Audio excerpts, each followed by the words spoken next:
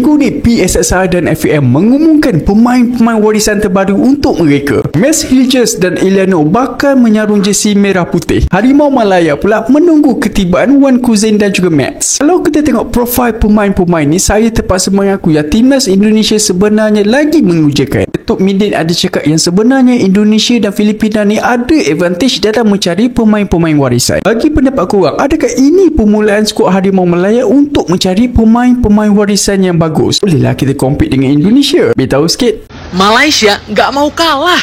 Setelah terbuktinya timnas Indonesia sukses dengan program diasporanya, pemain-pemain naturalisasinya, apalagi Miss Hilgers baru aja resmi menyatakan akan memperkuat Indonesia. Dan Miss Hilgers pun akan menjadi pemain termahal di Asia Tenggara. Malaysia pun mengumumkan akan memproses 2 pemain yang mungkin bisa dibilang grade A. Ya, salah satunya ini Josh Brownhill, pemain dari Burnley yang sekarang bermain di Championship kasta kedua Liga Inggris. Nah, melalui akun CFR Future Talents ini, dia kirim email ke Josh Brownhill dan dijawab sama Josh Brownhill kalau dia mengatakan dia punya darah Malaysia dan akan mengconsider atau mempertimbangkan untuk memperkuat Malaysia. Kalau emang Josh Brownhill ini nantinya akan memperkuat Malaysia, ya Miss Hilgers akan digeser. Si Josh Brownhill ini memiliki market value 15 juta euro, 200 M. Nah, ini dia Josh Brownhill. Dia adalah pemain Inggris keturunan Malaysia dari neneknya. Sebenarnya udah lama Malaysia ini punya pemain-pemain keturunan kayak Dion Kuls contohnya gitu kan, tapi memang yang berkualitas itu nggak banyak. Tapi kalau Josh Brownhill ini kayaknya emang berkualitas sih. Dia aja kapten dari Burnley loh, kapten. Gue pribadi sih mengharapkan si programnya sukses ya, berhasil dan Malaysia bisa kembali bangkit lagi. Supaya negara-negara di ASEAN ini semuanya berkembang dan bisa bersaing di Asia. Oke, gimana menurut kalian? Yuk kita komen, let's go! Jelas Malaysia tidak akan mau kalah dari timnas Indonesia guys ya. Ini sudah saya pernah katakan di video saya sebelumnya bahwa mereka tentu tidak ingin ketinggalan lebih jauh lagi dari Indonesia. Oleh karena itu mereka menyadari bahwa mereka sudah tertinggal dan mereka akan mengejar ketertinggalan tersebut ya. Jadi Malaysia nekat untuk mendatangkan pemain dari Burnley berdarah Malaysia guys ya. Pemain ini bernama Joshua Brownhill ya. Dan harganya wow, fantastis banget guys ya. Pasarnya gila banget. Ini akan menjadi calon pemain termahal di Asia Tenggara guys ya. Dengan nilai pasar mencapai 15 juta euro atau sekitar 260 miliar guys ya. Mel Silger saja 7 juta euro guys ya. Artinya ini pemain 2 kali lipat lebih banyak ya dari Mel Silgers ya. Dan ya mudah-mudahan dengan adanya kekuatan baru, amunisi baru, timnas Malaysia diharapkan bisa lebih berkembang atau dapat mengejar ketertinggalan dari Indonesia ya. Saya intinya kita bersaing secara sehat ya. Karena dengan persaingan ini tentu bagus nih untuk kemajuan sepak bola dari Asia Tenggara guys ya. Kita akan lihat dulu komentar dari netizen Malaysia yang baru berikut ini. Makin power lah tim Malaysia lepas ni. Yelah, keeper Real Madrid ni pun akan main untuk kita tau. Tak kenal ni siapa? Tak apa, aku akan cerita dekat korang. Sebelum tu, yang belum follow lagi akaun ni, minat konten-konten bola sepak, please tekan butang follow. Dah follow? Mantap bos. So, nama player ni Diego Altiup. Dia pernah bermain untuk Real Madrid tim B dan juga tim Real Madrid yang sebenar pada tahun 2020 sampai 2022. Tapi dia tak pernah main first team lah. Walaupun dia tak pernah main first team, tapi waktu training mesti dia dah pernah tepis bola-bola Modric, bola-bola Kroos. Dia dah training with the best lah kan. Aku tengok ni gambar dia dengan Ramos. Maknanya dia dah belajar dengan budak-budak Real Madrid. So, dia punya winning Champions League mentality mesti adalah dalam DNA keeper ni. Medal UCL pun dia ada tau. Bukan calang-calang keeper baru Malaysia ni. So, macam mana dia boleh main untuk Malaysia pula? Mak dia rupanya orang Malaysia. Jadi, dia adalah darah Malaysia tu. Dan dia dah pun dapat pasport Malaysia. Maknanya memang confirm lah. Player ni akan menjadi keeper untuk tim Harimau Malaya dan juga tim JDT. JDT pun sempat juga ambil dia ni. So, lepas ni Syian Azmi kena berjaga-jaga sikit lah. Sebab tempat dia mungkin akan dirampas. Tempat dia dekat kelab pun mungkin kena rampas. Dekat national team pun mungkin kena rampas juga. Apa pendapat aku pasal adanya dia ni dalam skuad Harimau Malaya? Bagi aku, keeper bukanlah masalah utama dalam skuad Harimau Malaya ni. Banyak lagi masalah yang lebih besar. Tapi tak apalah, dapat player Real Madrid pun jadilah player Real Madrid kot. Bukan player kelab-kelab biasa kan. Okay, so korang komen pendapat korang dekat bawah. By the way, yang suka konten-konten bola sepak, tekan butang follow. Jadi ingin menandingi kiper dari timnas Indonesia yakni Martin Paes dari FC Dallas. Malaysia tidak tanggung-tanggung nih guys ya, ingin mendatangkan kiper Real Madrid. Wow, ini sesuatu yang menakjubkan ya, tentu akan menggemparkan kita semua guys ya.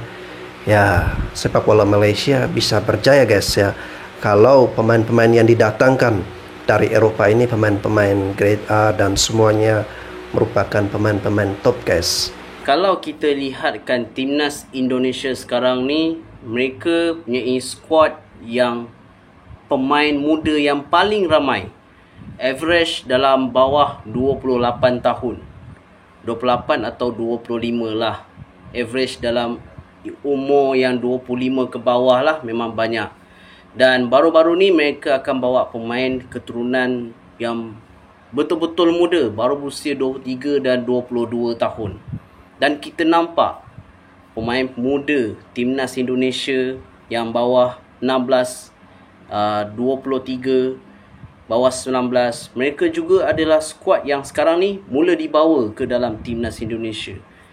Perancangan tu untuk timnas Indonesia tu 10 tahun ke hadapan tu memang tak ada masalah, kerana mereka ada pemain muda yang begitu ramai boleh mengganti tempat pemain-pemain yang senior. Kalau nak cakap Jordi Amat lah sekarang ni kan, yang sekarang ni umur dia pun dah kira terbilang tua lah juga. Dan ada juga pengganti-penggantinya yang sekarang kalau lihat JIZ, Justin Hubner.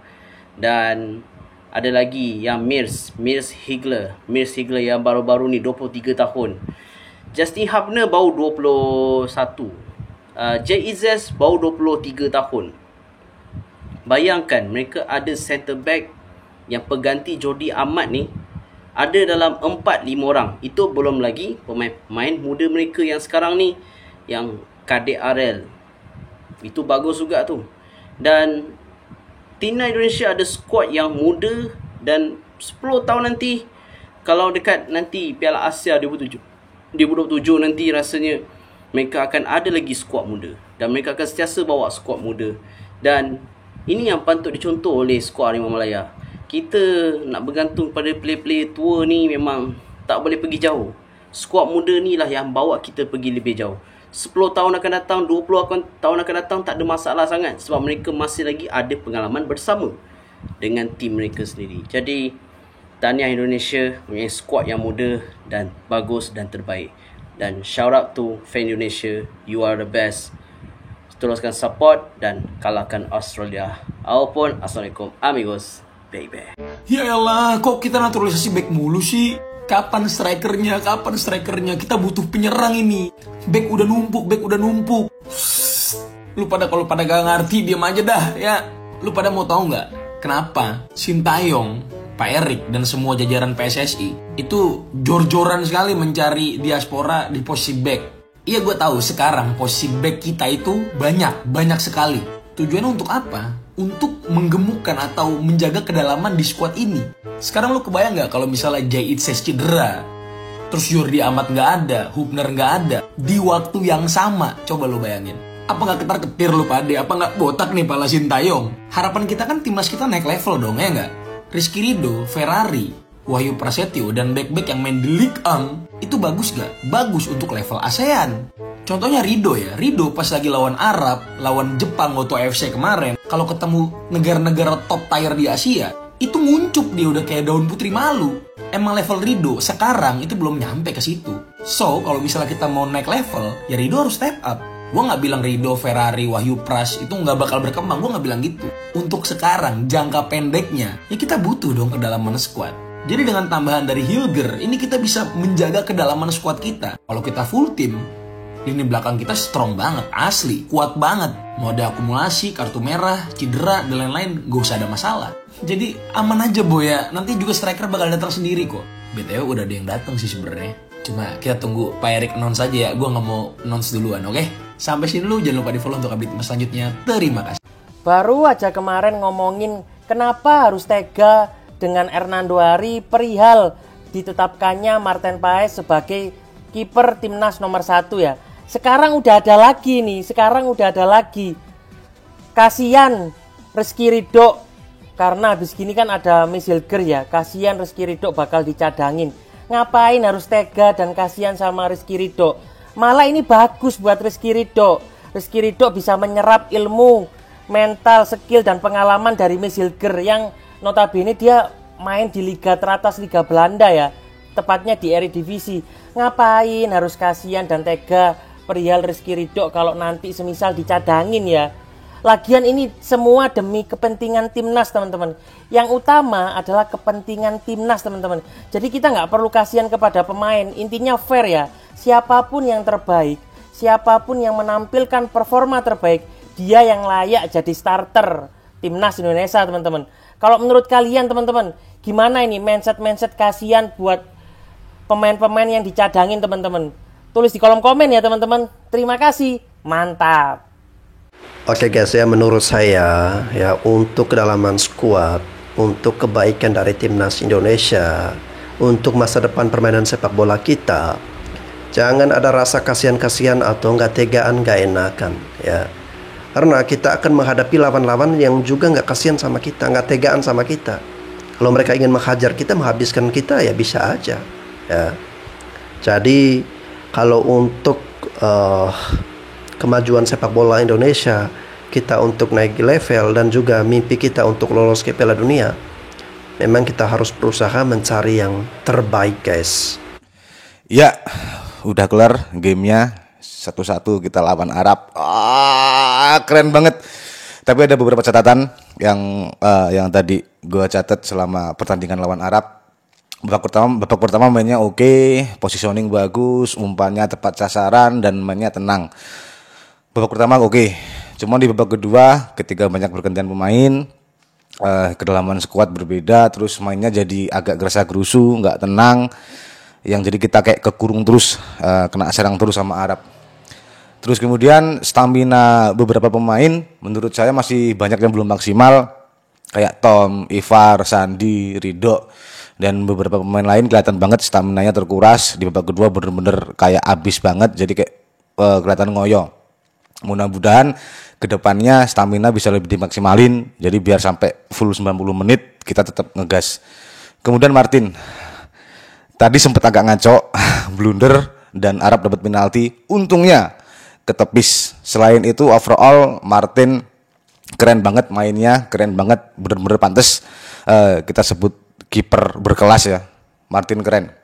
Kemudian akhir babak kedua sebenarnya ada beberapa peluang matang dari serangan balik kita kan. Cuman lagi-lagi karena pemain kita stamina terkuras, jadi yang umpannya sering salah, umpan nggak nyampe, kurang kencang dan lain-lain. Mudah-mudahan itu bisa kita perbaiki. Terima kasih Garuda. Tanggal 10 besok main lebih bagus, main lebih keren. Kita abisin Australia di GBK. Bangga Garuda. Aku cinta timnas Indonesia. See you. Pelan-pelan King Indo, pelan-pelan King Indo. Ini mah kayak gini caranya mah ya. Pildun pasti dapat anjing. Buset, dari definisi mewah sesungguhnya ya. Ini King Indo anjing. Yang pertama di sini kita punya back gitu ya. Manusia mahal itu ya. Ada Miss Hilgers gitu ya. Bocah masih muda, 22 tahun. Lu lihat harganya ya. 121 miliar ya. Dan gila cok kalau seandainya backnya si Bang Miss Hilgers gitu ya.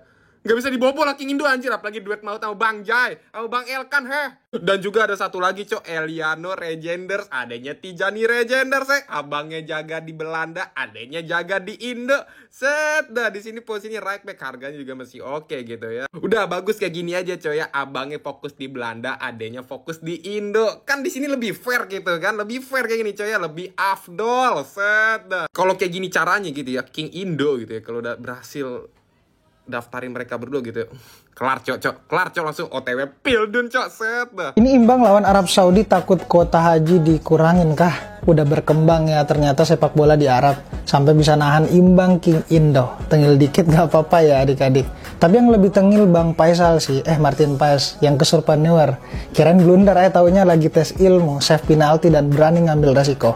Gini ya rasanya punya kiper jago. Mana nih yang belum move on dengan Mulyadi? Atau udah ngerasa cukup dengan Martin ya war? Kalau di Red sih babak pertama timnas bawaannya tenang banget, sampai bikin Maestro Mancini buka jas. bisa cetak gol, dan yang paling penting berani nyenggol Bulaihi, pemain yang sering bikin emosi Ronaldo dan Messi. Wah, Haji Saitama Ragnar emang nggak ada lawan sih. Ya, meski di babak kedua digempur 7 hari 7 malam, tapi pede sih dengan pertahanan timnas sekarang. Sampai golnya butuh dibantuin Verdong. Argentina, mana nih? Tanding lagi yuk. Tapi apapun itu, timnas harus tetap membumi. Masih ada Bahrain, Jepang, dan Australia yang bisa bikin ketar-ketir juga. Secara keseluruhan, kelihatan kalau timnas malam tadi benar-benar pede, nggak merasa tertekan dengan superioritas. Ini sih yang penting, biar kemenangan bukan dianggap bonus, tapi dari kerja keras dan kekompakan tim. Kabarnya ada tambahan 2 keturunan baru. Ibu-ibu, bapak-bapak, inilah sepak bola Indonesia yang baru. Gimana menurut kalian? Debat tetap pakai adab. Oke guys ya, dengan penambahan pemain-pemain baru ya, kita harapkan agar timnas Indonesia semakin kuat, semakin hebat, dan tentunya semakin berjaya guys ya. Dan menurut saya guys ya, nggak mungkin Pak Erick Thohir tidak punya ambisi atau mimpi yang besar ya. Kalau dia tidak punya mimpi atau ambisi yang besar, mungkin gerak-geriknya akan biasa-biasa aja ya. Tetapi dengan melihat bagaimana perjuangan dia, usahanya yang sangat maksimal, mendatangkan pemain-pemain yang terbaik untuk timnas kita, jelas di sini saya bisa menangkap bahwa Pak Erick Thohir punya misi yang besar ya, punya mimpi yang besar. Apa itu? Yakni ingin meloloskan timnas Indonesia ke Piala Dunia 2026. Meskipun beliau tidak pernah mengatakan hal itu, dan juga pelatih kita, Coach Sintayong, tidak pernah mengungkapkan hal itu. Tetapi setelah kita melihat bagaimana progres dan pola-pola selama ini ya, bisa kita baca bahwa ini ada keinginan untuk meloloskan timnas kita ke Piala Dunia 2026 guys ya. Oleh karena itu, mari kita berikan support, kita semangatkan timnas kita dukung dengan doa agar timnas kita ini mampu bertanding dan mengalahkan lawan-lawannya guys. Oke guys, itu saja dari saya. Sekian dan terima kasih. Maju terus sepak bola Indonesia.